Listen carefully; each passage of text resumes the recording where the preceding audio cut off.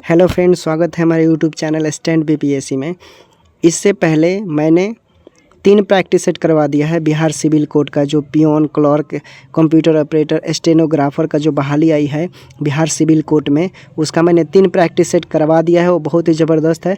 अगर आपने नहीं देखा है तो उसे प्लेलिस्ट में जाकर एक बार ज़रूर देखें, तब यह चौथा प्रैक्टिस सेट बनाए, क्योंकि यह चौथा प्रैक्टिस सेट है। और जैसे कि मैंने आप लोगों को बताया था कि मैं शाम के शाम एक प्रैक्टिस सेट रोज़ लेकर आऊँगा जब तक कि एग्ज़ाम नहीं हो जाता, चाहे 100 प्रैक्टिस सेट क्यों ना करना पड़े।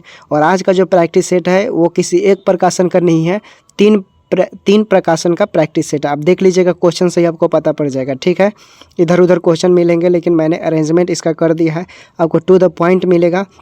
देखिए, कोई भी एग्ज़ाम होता है, मैंने पहले ही बताया है। ठीक है, सबसे पहले आपको एक स्ट्रेटजी तैयार करना है। ठीक है, अगर आपका मैथ पोर्शन कमज़ोर है, लगता है, या रीजनिंग पोर्शन कमज़ोर है, तो इस पर विशेष ध्यान दीजिए। अगर आपका जीके जीएस कंप्लीट है, ठीक ठाक है, ठीक है, रीजनिंग ठीक है, तो आपको मैथ अगर नॉर्मल भी आप पढ़ेंगे तो चल जाएगा। ठीक है, आपका मैथ अगर अच्छा खासा है, रीजनिंग अच्छा खासा है, हल्का सा थोड़ा सा आप जीएस पढ़ लीजिए, जीके जीएस, रिजल्ट हो जाएगा। ठीक है, तो आप एक स्ट्रेटजी के तहत कार्य कीजिए। ठीक है ना, पढ़ना है तो एक लिमिटेशन के तहत पढ़ना है। ठीक है, पढ़ाई का कोई अंत सीमा नहीं है। ऐसे तो पूरी उम्र भी इंसान पढ़ेगा तो उसका कोई अंत सीमा नहीं है। इसलिए एक अपना शेड्यूल तैयार करें, क्या पढ़ना है और उससे ज़्यादा क्या छोड़ना है, ये सबसे बहुत ज़रूरी है। ठीक है, बिहार सिविल कोड है।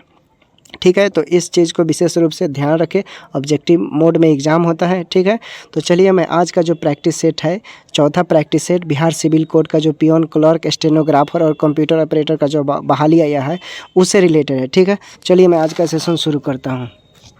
देखिए, पहला क्वेश्चन है, प्रयोग का तद्भव रूप है, तो इसका राइट आंसर कौन सा होगा? पलंग होता है। ठीक है, पलंग, राइट आंसर पलंग होता है। पंख का तत्सम रूप क्या होता है? ये पक्ष होता है, याद रखिएगा, पक्ष। ठीक है, नेक्स्ट देखिए, वैतनिक का विलोम शब्द है। वैतनिक का विलोम शब्द कौन सा है? तो ये अवैतनिक होता है, वैतनिक। ठीक है, नेक्स्ट देखिए, बाण का पर्यायवाची शब्द नहीं है, तो इसमें कौन सा इसका पर्यायवाची शब्द नहीं है? तो ये सफारी जो है, इसका पर्यायवाची शब्द नहीं है। बाण की पर्यायवाची शब्द की बात करें तो विशिक होता है, सर होता है, तीर होता है, सिलमुख होता है, सेयक होता है, ये सब याद रखिएगा। ठीक है, नेक्स्ट देखिए, कबूतर का तत्सम रूप क्या होता है?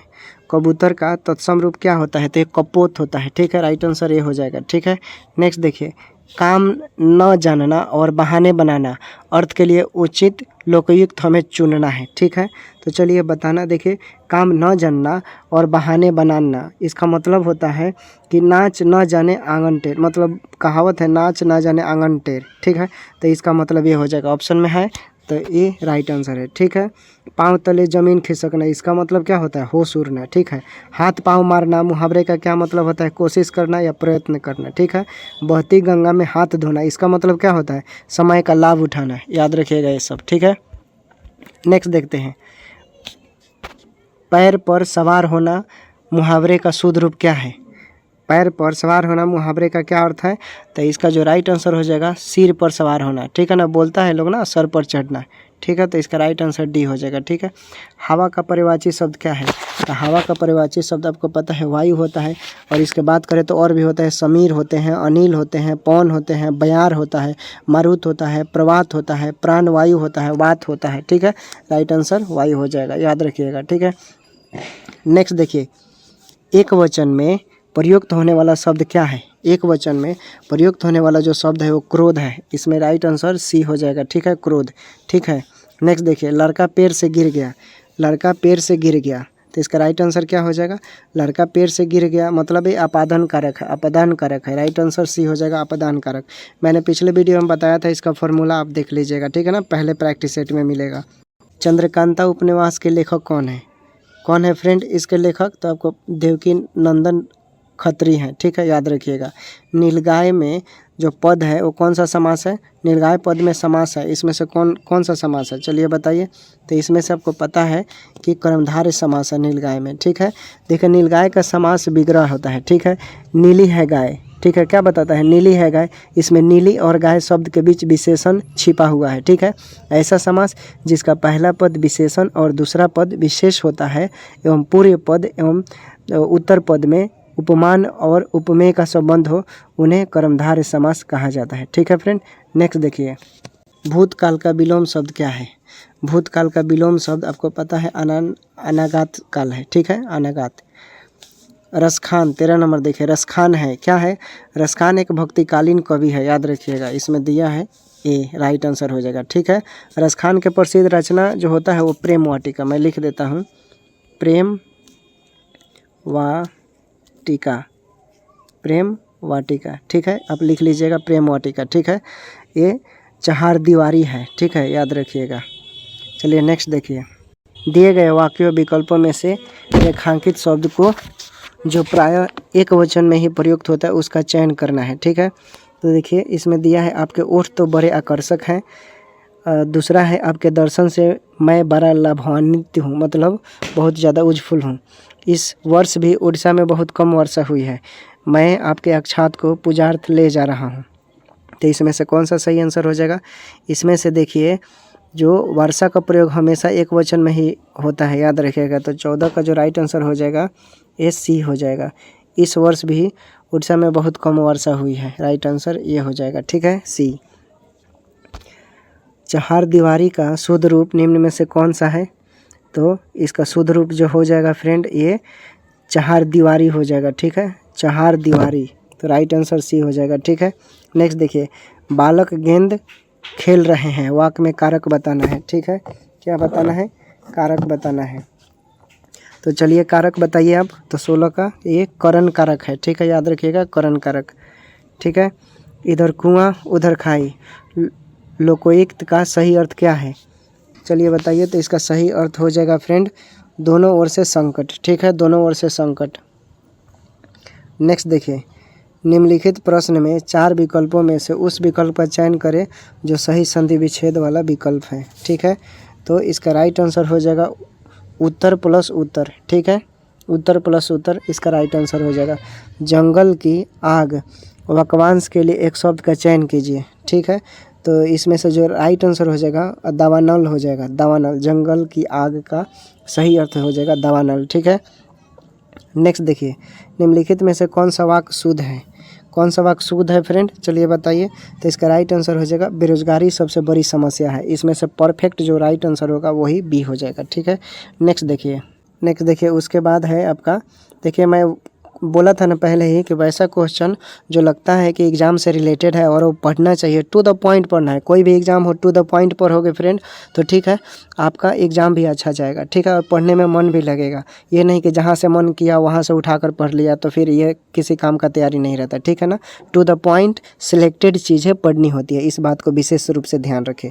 चलिए नेक्स्ट देखते हैं, 1972 का शिमला समझौता इंदिरा गांधी और डैश के बीच हस्ताक्षरित किया गया था। ठीक है, तो इसका राइट आंसर आपको पता है जुल्फिकार अली भुट्टो। ठीक है, इंदिरा गांधी और जुल्फिकार अली भुट्टो के बीच 1972 में शिमला समझौता हुआ था, याद रखिएगा। ठीक है, निम्नलिखित में से किस शहर को भारत में महलों का शहर, सिटी ऑफ पैलेसेस के रूप में जाना जाता है। चलिए बताइए। तो इसका राइट आंसर हो जाएगा कोलकाता। ठीक है फ्रेंड, और देखिए इससे रिलेटेड पॉइंट जो है 1971 के भारत और पाकिस्तान के बीच जो शिमला समझौता हुआ था, ठीक है, युद्ध के चलते ही हुआ था, एक संधि पर हस्ताक्षर हुआ था। ठीक है, याद रखिएगा। और देखिए भारत में कोलकाता शहर को महलों का शहर, द सिटी ऑफ पैलेसेस कहा जाता है। ठीक है, याद रखिएगा। नेक्स्ट देखिए, मुग़ल पेंटिंग किसके शासन में अपनी चरम सीमा तक पहुंच गया था। मुग़ल पेंटिंग किसके शासनकाल में, तो ये जहांगीर के शासनकाल में। ठीक है, जहांगीर चित्रकला के विशेषज्ञ भी थे कहा जाता है। ठीक है, जहांगीर के समय को चित्रकला का स्वर्ण काल कहा जाता है, याद रखिएगा। जहांगीर के दरबार के प्रमुख चित्रकार आगा राजा था। ठीक है, अबुल हसन भी था, मोहम्मद नसीर भी था, मोहम्मद मुराद भी था। ठीक है, मनोहर भी और गोवर्धन भी थे, याद रखिएगा। ठीक है, नेक्स्ट देखिए, मुद्रास्फीति सिद्धांत तब उत्पन्न होता है जब चलिए बताइए, जब ये मुद्रा आपूर्ति वास्तविक रूप से जीडीपी की तुलना में अधिक होता है, उच्चतम दर से बढ़ने लगता है, तब होता है। राइट आंसर बी हो जाएगा। ठीक है, याद रखिएगा। गांधी इरविन समझौता को भारत इतिहास में एक महत्वपूर्ण स्थान प्राप्त है। इस समझौते को अन्य किस नाम से जाना जाता है। तो आपको पता है, बहुत ही सिंपल है। ठीक है, पूना समझौता। ठीक है, पूना समझौता, याद रखिएगा। क्या बोला जाता है, गांधी इरविन, एक मिनट यहाँ पर देखिए, थोड़ा सा फ्रेंड कन्फ्यूजन है, ठीक है, क्वेश्चन अच्छा से पढ़िए। गांधी इरविन समझौते को भारतीय इतिहास में एक महत्वपूर्ण स्थान प्राप्त हुआ है। इस समझौते को अन्य किस नाम से जाना जाता है? तो इस समझौते को अन्य, देखिए बात करें तो दिल्ली समझौता इसे बोला जाता है, ठीक है, याद रखिएगा, दिल्ली समझौता बोला जाता है। इसलिए बोला जाता है यह प्रथम समझौता है जब ब्रिटिश सरकार ने भारतीयों के बराबर के दर्जा देकर समझौता किया था, ठीक है। गांधी जी ने द्वितीय गोलमेज सम्मेलन में सप्तर मंदिर का निर्माण पल्लव नरेश नरसिंहवर्मन प्रथम ने कहाँ पर किया था? तो ये महाबलीपुरम में किया था, याद रखिएगा। यदि मंत्रिपरिषद का कोई सदस्य संसद के किसी सदन का सदस्य नहीं है तो वह अधिकतम कितने दिन तक मंत्री पद पर रह सकता है? तो ये मंत्री पद पर अधिकतम 6 महीने तक ही रह सकता है, ठीक है। एक मंत्री यदि 6 महीना के अंदर किसी सदन का सदस्य नहीं बनता है तो उसका मंत्री पद समाप्त हो जाएगा, याद रखिएगा। चंडीगढ़ हाई कोर्ट ने यह निर्णय दिया है कि यदि कोई व्यक्ति मंत्री पद ग्रहण करता है और 6 माह के अंदर सदन की सदस्यता नहीं आता है तो पुनः पद धारण नहीं कर सकेगा, ठीक है, जब तक किसी सदन की सदस्यता हासिल नहीं जाती, ठीक है, याद रखिएगा। नेक्स्ट देखते हैं, मुस्लिम लीग ने किस दिन को सीधा कार्रवाई दिवस के रूप में मनाया था? तो आपको पता होगा 16 अगस्त 1946 को मनाया गया था। लक्षद्वीप और मेनिकाय को कौन जोड़ता है फ्रेंड? तो ये आपको पता है 9 डिग्री जो चैनल है वो लक्षद्वीप और मेनिकाय को जोड़ता है, याद रखिएगा। एलोरा में 34 शैलकृति गुफाएं किस समुदाय विशेष की है? ठीक है, तो इसका राइट आंसर हो जाएगा डी, सभी हो जाएगा, बौद्ध जैन हिंदू सभी हैं, ठीक है। निम्नलिखित में से मुद्रा आपूर्ति के सर्वाधिक तरल माप क्या है? सर्वाधिक तरल माप की बात करें तो एम1 होता है, राइट आंसर ये हो जाएगा। एम1 मुद्रा आपूर्ति के सर्वाधिक तरल माप होता है। एम4 मुद्रा आपूर्ति का सबसे विस्तृत माप होता है। इसमें एम3 के साथ साथ डाकघरों की समाप्ति होती है, ठीक है, याद रखिएगा। देश के 15वें राष्ट्रपति के रूप में किसने शपथ लिया फ्रेंड? तो ये 52 का हो जाएगा सी, द्रौपदी मुर्मू, ठीक है। नेक्स्ट देखते हैं, हर घर जल प्रमाणित देश का पहला जिला कौन बन गया है? तो इसका आपको पता है कि ये बुरहानपुर बन गया है, ठीक है। इसका राइट आंसर ये हो जाएगा, हर घर जल प्रमाणित देश वाला, ठीक है। नेक्स्ट देखिए, हैबियस कॉर्पस रीट को हिंदी में कहा जाता है, क्या कहा जाता है? बहुत ही इंपॉर्टेंट है। एक मूवी आई थी जय भीम फिल्म, ठीक है, उस मूवी को आपने देखा होगा, तो वहाँ पर इसका बहुत ही अच्छा से प्रयोग दिखाया गया है उस मूवी में, ठीक है, हैबियस कॉर्पस रीट, ठीक है। तो इसका राइट आंसर हो जाएगा, इसको बंदी प्रत्यक्षीकरण कहते हैं, याद रखिए। आर्टिकल 32 के तहत 5 रीट सुप्रीम कोर्ट जारी करता है, ठीक है, मौलिक अधिकारों के हनन पर।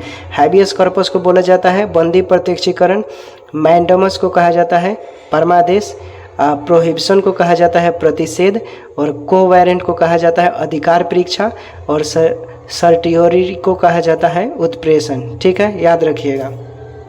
नेक्स्ट देखिए, PIL का पूर्ण रूप इन निम्न में से क्या है? PIL, ये BPSC में भी क्वेश्चन आया हुआ है, देख लीजिए, अब अंदाज़ा लगाइए क्वेश्चन का कहाँ से आ रहा है, ठीक है। PIL का पूर्ण रूप निम्न में से क्या हो जाएगा? तो इसका पब्लिक इंटरेस्ट लिटिगेशन होता है, ठीक है, याद रखिएगा, ठीक है। नेक्स्ट देखिए, हाइपो का सूत्र है, हाइपो का सूत्र क्या होता है? चलिए बताइए। तो इसका राइट आंसर हो जाएगा Na2S2O3 5H2, right answer C हो जाएगा, ठीक है, याद रखिएगा, ठीक है। नेक्स्ट देखिए, उसके बाद देखते हैं, लोलक घड़ियाँ गर्मी में सुस्त हो जाती है, क्यों सुस्त हो जाती है? क्योंकि पता है कि लोलक की लंबाई बढ़ जाती है गर्मी के दिनों में, ठीक है फ्रेंड। नेक्स्ट देखते हैं, समसूत्री विभाजन के किस चरण में क्रोमोसोम्स एक दूसरे से पृथक हो जाते हैं? तो ये एनाफेज के कारण एक दूसरे से पृथक हो जाते हैं, ठीक है। पैरासीटामोल प्रयुक्त होता है किस में? पैरासीटामोल का प्रयोग ज्वर रोधी के रूप में किया जाता है, ठीक है। पैरासीटामोल जो होता है एनाल्जेसिक और एंटीपायरेटिक दवा है, ठीक है, एंटीपायरेटिक दवा है जिसका प्रयोग बुखार, सर दर्द, अन्य छोटे मोटे दर्द में राहत पाने के लिए किया जाता है, ठीक है। एंटीबायोटिक का प्रयोग रोगाणुरोधक के रूप में किया जाता है, याद रखिएगा, जो कवक, प्रोटोजोआ तथा जीवाणुओं के कारण होता है, ठीक है। नेक्स्ट देखिए, पृथ्वी के चुंबकीय ध्रुव पर नीति तथा नमन कोण का मान है, कितना हो जाएगा, नमन कोण का देखिए पृथ्वी के चुंबकीय ध्रुव पर नति तथा नमन कोण के बीच का जो एंगल बनता है वो 90 डिग्री बनता है। ठीक है, याद रखिएगा 90 डिग्री। नति कोण का मतलब क्या होता है, संपूर्ण पृथ्वी के चुंबकीय क्षेत्र का उसके क्षैतिज घटक के साथ साथ जो कोण बनता है वो नति कोण कहलाता है। ठीक है, इसका मान विषुवत रेखा पर 0 डिग्री होता है। कितना होता है, 0 डिग्री, याद रखिएगा। ठीक है, जबकि ध्रुव पर 90 डिग्री हो जाता है। अब पृथ्वी के दोनों अक्ष, उत्तरी ध्रुव तथा दक्षिणी ध्रुव, ठीक है, दोनों ध्रुव को मिलाने वाली रेखा को भौगोलिक अक्ष कहते हैं। ठीक है, अब पृथ्वी भौगोलिक अक्ष से गुजरने वाली लंबवत रेखा को भौगोलिक यामावतर कहा जाता है, याद रखिएगा। ठीक है, तो राइट आंसर सी हो जाएगा। ठीक है, कंप्यूटरों की दूसरी पीढ़ी किस दौरान देखी गई। ठीक है, चलिए बताइए इसका। ये पहले या दूसरे प्रैक्टिस सेट में ये क्वेश्चन रिपीटेड है। ठीक है, जो लोग पहले और दूसरा प्रैक्टिस सेट किए होंगे वो आसानी से इसका जवाब दे सकते हैं। ठीक है, तो 1956 से 1963 सेशन में हुआ था। ठीक है, कंप्यूटर की दूसरी पीढ़ी सेकंड जनरेशन जो 1956 से 63 के दौरान देखी गई। ठीक है, द्वितीय जनरेशन में कंप्यूटर में निर्वात ट्यूब के स्थान पर हल्के और कम विद्युत खपत करने वाली ट्रांजिस्टर, जिसे डिवाइस ट्रांजिस्टर का प्रयोग किया जाता था, वो बोला जाता था। क्या बोला जाता था, ट्रांजिस्टर डिवाइस। ठीक है, ट्रांजिस्टर का आविष्कार ब्रोटन बार्डिन और विलियम शॉकले ने किया था, याद रखिएगा। नेक्स्ट देखिए, कंप्यूटर शब्दावली के संदर्भ में DDL का पूर्ण रूप क्या है। DDL का पूर्ण रूप क्या है फ्रेंड, तो आपको पता होता है DDL, आपने पढ़ा होगा अच्छा से कंप्यूटर, तो डाटा डेफिनेशन लैंग्वेज होता है। इसमें है क्या ऑप्शन में, तो बिल्कुल है, राइट आंसर सी हो जाएगा। ठीक है, नेक्स्ट देखिए, सामान्य प्रयोजन अनुप्रयोगों और विशेष प्रयोजनों अनुप्रयोगों को संबोधित करने के लिए विशेष रूप से डिजाइन किए गए प्रोग्राम को क्या कहा जाता है। क्या कहा जाता है फ्रेंड, देखिए क्वेश्चन अच्छा से फिर से सुनिए। सामान्य प्रयोजन अनुप्रयोगों और विशेष प्रयोजन अनुप्रयोगों को संबोधित करने के लिए विशेष रूप से डिजाइन किया जाता है, वो प्रोग्राम क्या कहलाता है। क्या कहलाता है, तो आपको अच्छा से अपने कंप्यूटर पढ़ा होगा तो याद होगा, एप्लीकेशन सॉफ्टवेयर। ठीक है, नेक्स्ट देखिए, Microsoft window, Mac OS X और लाइनक्स, ये सभी के उदाहरण है। किसके उदाहरण है, तो आपको पता है किसका उदाहरण है, लैपटॉप ब्रांड के उदाहरण है डियर। ठीक है, याद रखिएगा। नेक्स्ट देखते हैं, कंप्यूटर के सभी हार्डवेयर की जांच निम्न में से कौन करता है। कंप्यूटर के सभी हार्डवेयर का जांच जो BIOS करता है, याद रखिएगा। ठीक है, BIOS का पूरा नाम क्या होता है, basic input output system. Basic input output system होता है, याद रखिएगा। यह एक सॉफ्टवेयर है जिसे मदरबोर्ड पर बने स्थायी रोम में चिपका कर रखा जाता है। ठीक है, याद रखिएगा। नेक्स्ट देखिए, पेरिफेरल आई इनपुट और आउटपुट में कितने आउटपुट पोर्ट होते हैं। ठीक है, चलिए बताइए, तो इसमें होता है 256। ठीक है, 256 आउटपुट पोर्ट होते हैं। वे पेरिफेरल डिवाइस जिनका उपयोग कंप्यूटर सिस्टम से डेटा प्राप्त करने के लिए किया जाता है उन्हें आउटपुट पेरिफेरल डिवाइस कहा जाता है। ठीक है, याद रखिएगा। नेक्स्ट देखिए, निम्न में से कौन सी मेमोरी का सबसे बड़ा एक्सेस समय है। सबसे बड़ा एक्सेस समय जो है कैश मेमोरी होता है। ठीक है, याद रखिएगा, कैश मेमोरी।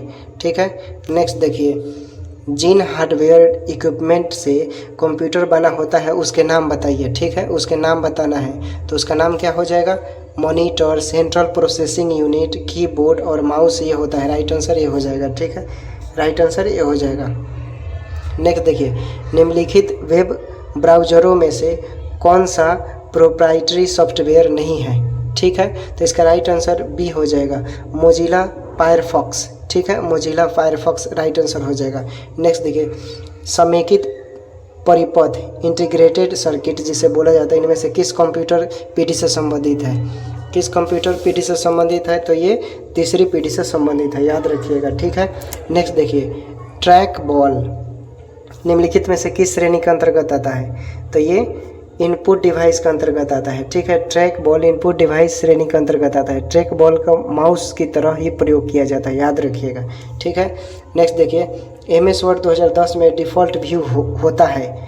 ठीक है, इसका मतलब क्या होता है, MS वर्ड 2010 में डिफ़ॉल्ट व्यू पॉइंट लेआउट होता है, याद रखिएगा। ठीक है, तो ये क्या हो जाएगा, इसका राइट आंसर प्रिंट लेआउट हो जाएगा। ठीक है, नेक्स्ट देखिए, जब एक कंप्यूटर वायरस खुद को किसी अन्य कंप्यूटर प्रोग्राम में संलग्न करता है तो इसे डैश के रूप में जाना जाता है। ठीक है, तो इसका राइट आंसर हो जाएगा डी, ट्रोजन हॉर्स। ठीक है, ट्रोजन हॉर्स हो जाएगा। ठीक है, नेक्स्ट देखिए, माइक्रोसॉफ्ट ऑफिस एक्सेल डॉक्यूमेंट में सेल एड्रेस में क्या होता है, क्या होता है? तो आपको पता होगा, अपने कंप्यूटर अच्छे से पढ़ा होगा, तब पहले कॉलम फिर रो का नाम आता है। ठीक है, पहले कॉलम फिर रो का नाम। ठीक है, याद रखिएगा। नेक्स्ट देखिए, एमएस पावर पॉइंट में पहली स्लाइड पर जाने के लिए कौन से शॉर्टकट की का प्रयोग किया जाता है? ठीक है, तो आपको पता है कि ये कंट्रोल प्लस होम का प्रयोग किया जाता है। ठीक है, देखिए एमएस पावर पॉइंट के मैं कुछ शॉर्टकट की बता देता हूँ। होम पहली स्लाइड पर जाने के लिए किया जाता है, इंड END अंत की स्लाइड पर जाने के लिए किया जाता है, पेज डाउन नेक्स्ट स्लाइड जाने के लिए किया जाता है, पेज अप प्रीवियस स्लाइड के लिए क्लिक करने के लिए किया जाता है। ठीक है, सब याद रखिएगा। ठीक है फ्रेंड, नेक्स्ट देखते हैं। नेक्स्ट देखते हैं, अब इंग्लिश आ गया। ठीक है फ्रेंड, देखिए, in the following question sentences are given with blanks to be filled in with an appropriate word. 4 alternative are suggested for each question, choose the correct one. इसमें से सही चुनना है। ठीक है, क्वेश्चन है mother's back was to dash to work any longer so she lay down to rest. इसका right answer क्या हो जाएगा फ्रेंड? तो इसका राइट आंसर हो जाएगा, क्वेश्चन एक बार अच्छा से पढ़ लीजिए आप। ठीक है, तब समझ में आएगा। ठीक है, ये राइट आंसर हो जाएगा इसका ए। ठीक है, ये हो जाएगा। ठीक है, शोर हो जाएगा। ठीक है, टू शोर टू वर्क एनी लॉन्गर। ठीक है, याद रखिएगा। नेक्स्ट देखिए, War and Peace, War and Peace, देखिए शोर का मतलब क्या होगा? पीठ होता है। ठीक है ना, बैक के रूप में जिसका प्रयोग किया जाता है, शरीर का अंग। ठीक है, War and Peace is dash written by Leo Tolstoy. ठीक है, तो इसका राइट आंसर हो जाएगा मास्टरपीस। राइट आंसर डी हो जाएगा। ठीक है, नेक्स्ट देखिए, the situation become dash after the scuffle between the farmers and the police. ठीक है, देखिए सिचुएशन या तो वर्स या सीरियस हो सकता है, खासकर स्कफल यानी हाथापाई के पहचान। ठीक है, तो 26 का जो राइट आंसर होगा ये क्या हो जाएगा? सीरियस हो जाएगा। ठीक है, बी। नेक्स्ट देखिए, it is believed that physical exercise is dash for creating a balance between the body and the mind. ठीक है, कहने का मतलब है इसेंशियल यानी आवश्यकता से रिलेटेड है। ठीक है, तो इसका राइट आंसर क्या हो जाएगा? इसमें बी है, इसेंशियल। ठीक है, नेक्स्ट देखिए, द नोवेल प्रेजेंट्स ये theme of betrayal in dash manner. ठीक है, तो इसका राइट आंसर होगा, देखिए कुशल तरीके से होता है इसका इंग्लिश। ठीक है, तो स्किलफुल मैनर इसका राइट आंसर होना चाहिए। स्किल दिया है, स्किलफुल, यही हो जाएगा राइट आंसर। ठीक है, नेक्स्ट देखिए, उसके बाद है 29 से 31 से लेकर in the following question 4 alternative are given for the item or phrase in the bold. ठीक है, आप डिटेल पढ़ लीजिए। ठीक है, उसके बाद क्वेश्चन देखिए, acquiring A job is cake walk for a student who has good academic performance coupled with good attitude. ठीक है, देखिए केक वॉक का मतलब होता है यानी इजी अचीवमेंट, आसानी से प्राप्त किया गया। ठीक है, तो इसका राइट आंसर सी हो जाएगा, walk way with a cake. ठीक है, नेक्स्ट देखिए, to get admission in present day educational institution all children should be born with a silver spoon in the mouth.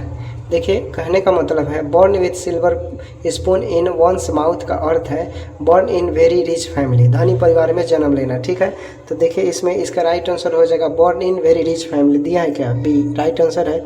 ठीक है, नेक्स्ट देखिए, children complain about their parents gift, they should learn not to look a gift horse in the mouth. ठीक है, कहने का मतलब है not to look a gift horse in the mouth का मतलब है कि मंगनी के बैल का दांत नहीं देखा जाता है। ठीक है, यानी इंग्लिश में इसे बोले not to be critical of a gift, और या इसे दूसरे तरीके में बोलेंगे find fault with the gift received. इसमें से देखिए राइट आंसर क्या होगा, ये दिया है। ठीक है, not to find fault with gift received. ठीक है, राइट आंसर ये हो जाएगा।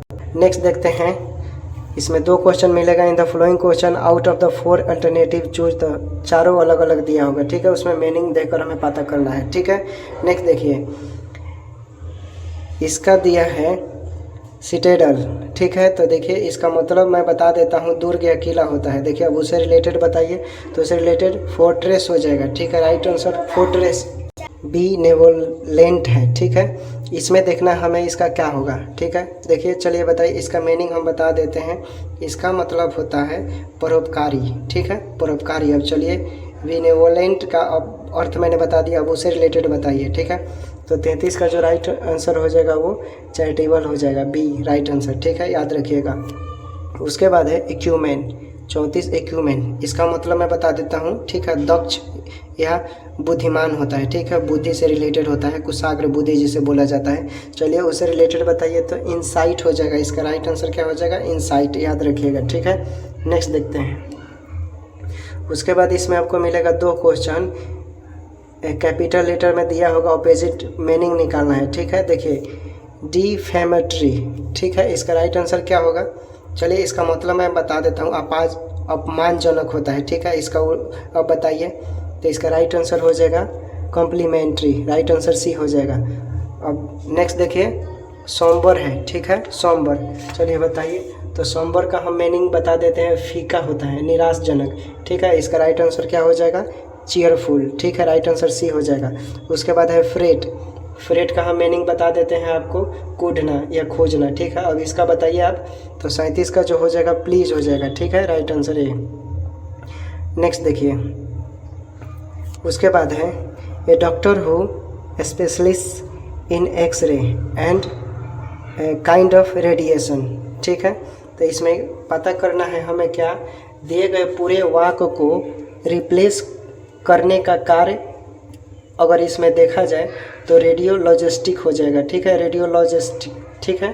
तो इसका राइट आंसर होना चाहिए, इसका राइट आंसर क्या हो जाएगा, इसका राइट आंसर हो जाएगा फ्रेंड, चलिए बताइए, इसका राइट आंसर हो जाएगा, इसका राइट आंसर होना चाहिए रेडियोलॉजिस्ट, ठीक है। चलिए नेक्स्ट देखिए, a person who wander from place to plane without a home or job, ठीक है। तो इसका राइट आंसर क्या होगा, ये वैगाबंड हो जाएगा, ठीक है, वैगाबंड। नेक्स्ट देखिए, afternoon performance of play film show, ठीक है। तो इसका राइट आंसर क्या हो जाएगा, मैटनी, ठीक है, मैटनी। अब देखिए, अब हम मैथ देखेंगे, ठीक है। अब मैथ का क्वेश्चन आ गया। अब मैथ देखिए, उस समचतुर्भुज का क्षेत्रफल ज्ञात कीजिए जिसकी भुजाओं की लंबाई 25 सेंटीमीटर है और विकर्णों में से एक ही लंबाई 14 सेंटीमीटर है, ठीक है। फ्रेंड आपको पता होगा, सूत्र से अगर जानेंगे, भुजा क्या फॉर्मूला होता है, रूट अंडर, इसका हम फॉर्मूला बता देते हैं ये कैसे निकलेगा, ठीक है। देखिए 1/2 d1 का स्क्वायर प्लस 1/2 d2 का स्क्वायर, ठीक है। इस पर बैठाइएगा आप, आगे देखते हैं। तो आएगा रूट अंडर 7 का स्क्वायर प्लस 1/2 d2 का स्क्वायर, ठीक है, d2 का स्क्वायर। तो देखिए भुजा का मान दिया हुआ है कितना, 25 दिया हुआ है, ठीक है। तो ये हमारा हो जाएगा, यानी 25, सॉरी माफ़ कीजिएगा, 25 का स्क्वायर माइनस 7 का स्क्वायर बराबर 1/2 d2 का स्क्वायर, ठीक है। तो देखिए 25 का कितना हो जाएगा, आगे सॉल्व करते हैं। तो इसका आएगा कितना, 625 माइनस 49, ठीक है। इसको घटाएंगे तो कितना आ जाएगा, 576 रूट अंडर नहीं है, 1/2 d2 का स्क्वायर, ठीक है। अब आएगा हमारा, तो रूट इधर आ जाएगा, तो क्या हो जाएगा 1/2 d2, रूट उधर चला जाएगा, यानी 576 हो जाएगा, ठीक है। तो आप इसे काटेंगे तो देखिए 576 किसका वर्गमूल होता है, 24 का होता है, ठीक है। तो 1/2 d2 का मान कितना आ गया, 1/2 d2 का मान जो आ गया वो 24 आ गया, ठीक है। अब हम D2 का मान निकालेंगे तो 2 उधर पलट जाएगा तो गुना हो जाएगा 24 गुने 2 यानी 48 आंसर आया है क्या? राइट आंसर 48 आ गया। ठीक है, कितना? 48 सेंटीमीटर आ गया। ठीक है, अब क्या पूछ रहा है? समचतुर्भुज का क्षेत्रफल आपको पता होगा 1/2 गुने D1 गुने D2 बैठा दीजिए। 1/2 गुने 14, ये कितना आया था? 48। अब इसे गुना कीजिए, इसे काटिएगा तो 7 हो जाएगा। 48 में 7 से गुना कीजिएगा तो 7 8 56 के 6 और 7 चौक 28। ठीक है, 28 से 5 33, 336 आंसर दिया है कहीं, तो राइट आंसर सी हो जाएगा। ठीक है फ्रेंड, नेक्स्ट देखिए। चलिए आप सॉल्व कर लीजिएगा, मैं आंसर बता देता हूँ। साधारण ब्याज की 5% वार्षिक दर पर कितने वर्ष में 4% की राशि का ब्याज पर 450 रुपये हो जाएगा? तो इसका राइट आंसर हो जाएगा कितना? 22.25। ठीक है, नेक्स्ट देखिए। यदि ए, बी और सी अकेले काम करते हुए किसी कार्य को क्रमशः 15 दिन और 20 दिन और 25 दिन में पूरा कर सकते हैं, तो वे एक साथ कार्य करके उसी कार्य को कितने दिनों में पूरा करेंगे? ठीक है, तो आपको ये फार्मूला याद होगा, ये फार्मूले से बनेगा। इसको ऐसे भी बना सकते हैं, क्या कीजिएगा? 1/15 हिंट दे देते हैं, बना लीजिएगा। 1/15 प्लस 1/20 प्लस 1/25। ठीक है, और ऐसे कर कर आएगा जो उतना, ठीक है, उसका कुल निकाल लीजिएगा। ठीक है, निकल जाएगा। नेक्स्ट देखिए। Sine 48 degree plus theta minus cos 42 degree minus theta का मान ज्ञात करना है। ठीक है, आपको फार्मूला पता होना चाहिए फ्रेंड, तो ये आसानी से बन जाएगा। ठीक है, तो आप आसानी से बना सकते हैं। ठीक है ना, चलिए मैं इसको सॉल्व कर देता हूँ। देखिए, इसका होगा sine 48 plus theta minus sine 90 minus 42 minus theta. ठीक है, अब इसको सॉल्व करेंगे तो आएगा sine 48 plus theta minus sine 48 plus theta बराबर 0। ठीक है, तो राइट आंसर ए हो जाएगा। ठीक है, कितना होगा? ए 0, देख लीजिएगा।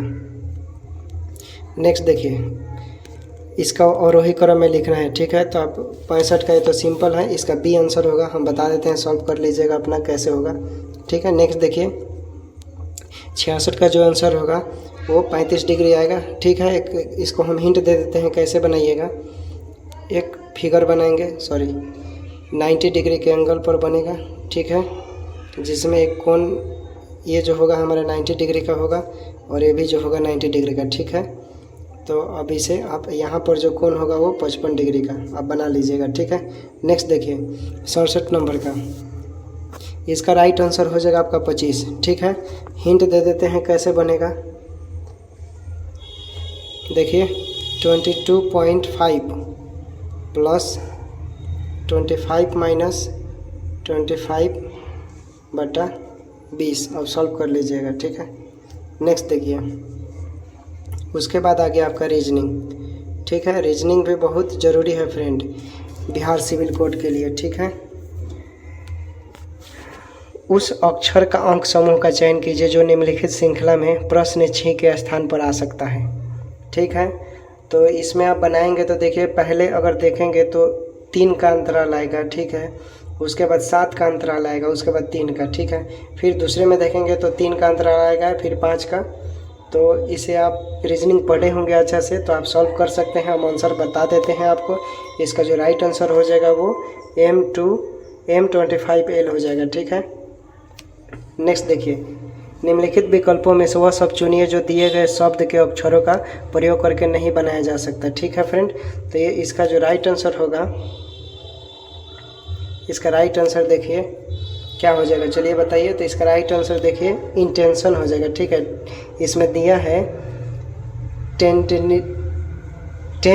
इंटेंसियस दिया है। ठीक है, तो इसका राइट आंसर हो जाएगा इंटेंशन। ठीक है, दिए गए विकल्पों में से संबंधित अक्षरों और संख्याओं को चुनना है। ठीक है, तो देखिए दिया है इसमें ए जेड बी, ठीक है, दिया है ए जेड बी।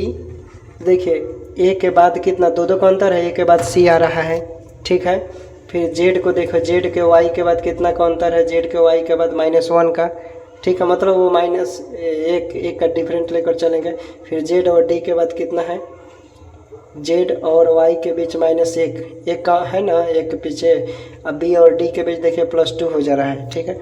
तो इस तरह इसका राइट आंसर जो होना चाहिए ये हो जाएगा आपका GWH, ठीक है। नेक्स्ट देखिए, लड़कियों की एक कतार में आलिया दोनों छोर से 11वें स्थान पर है, बताइए कि कतार में कुल कितनी लड़कियां हैं। देखिए चूँकि आलिया दोनों छोर से 11वें स्थान पर है, याद रखिएगा कितने, 11वें स्थान पर है दोनों छोर से, ठीक है। अतः कतार में कुल लड़कियों की कुल संख्या कितना हो जाएगा, 11 + 11 - 1, ठीक है। तो इसका राइट आंसर जो होगा वो 21 हो जाएगा, ठीक है, 21। नेक्स्ट देखिए, निम्नलिखित जानकारी का ध्यानपूर्वक अध्ययन किए गए प्रश्नों को पढ़ना है। 8 में तरफ क्वेश्चन पढ़ लीजिएगा आसानी से, ठीक है। ये रीजनिंग है, ठीक है ना, दिमागी कीड़ा वाला सवाल है, ठीक है, इसे समझना पड़ता है रीजनिंग, ठीक है। मैथ से भी थोड़ा सा टफ पड़ता है, अगर देखा जाए तो मैथ तो ईजी पड़ जाता है क्योंकि मैथ प्रैक्टिस का चीज़ है, ठीक है। तो देखिए इसका राइट आंसर क्या हो जाएगा, इसका राइट आंसर हो जाएगा फ्रेंड डी, आप देख लीजिएगा, ठीक है। चलिए थोड़ा सा हिंट दे देते हैं। देखिए प्रश्न अनुसार बोल रहा है, ठीक है। सबसे पहले क्या आता है, वो की बात करता है, उसके बाद आई आता है, उसके बाद एच की बात करता है, उसके बाद पी की बात करता है, उसके बाद जे की बात करता है, उसके बाद क्यू की बात करता है, उसके बाद एन जी। देखिए हिंट दे देते हैं, हम लिख लेते हैं। देखिए वो की बात करता है पहले क्वेश्चन के अकॉर्डिंग, उसके बाद आई की बात करता है, उसके बाद एच की बात करता है, उसके बाद पी की बात करता है, उसके बाद जे की बात करता है, उसके बाद क्यू की बात करता है, उसके बाद एन की बात करता है और उसके बाद जी की बात करता है, ठीक है। तो इस तरह हमारा सबसे राइट आंसर जो होगा वो क्या हो जाएगा, जी हो जाएगा, ठीक है ना, जी। लास्ट में हमारा क्या आता है, जी। नेक्स्ट देखिए, तो ये था फ्रेंड हमारा आज का 100 इम्पोर्टेंट क्वेश्चन, ठीक है। ये चौथा प्रैक्टिस सेट था हमारा। उम्मीद करते हैं आपको अच्छा लगा होगा।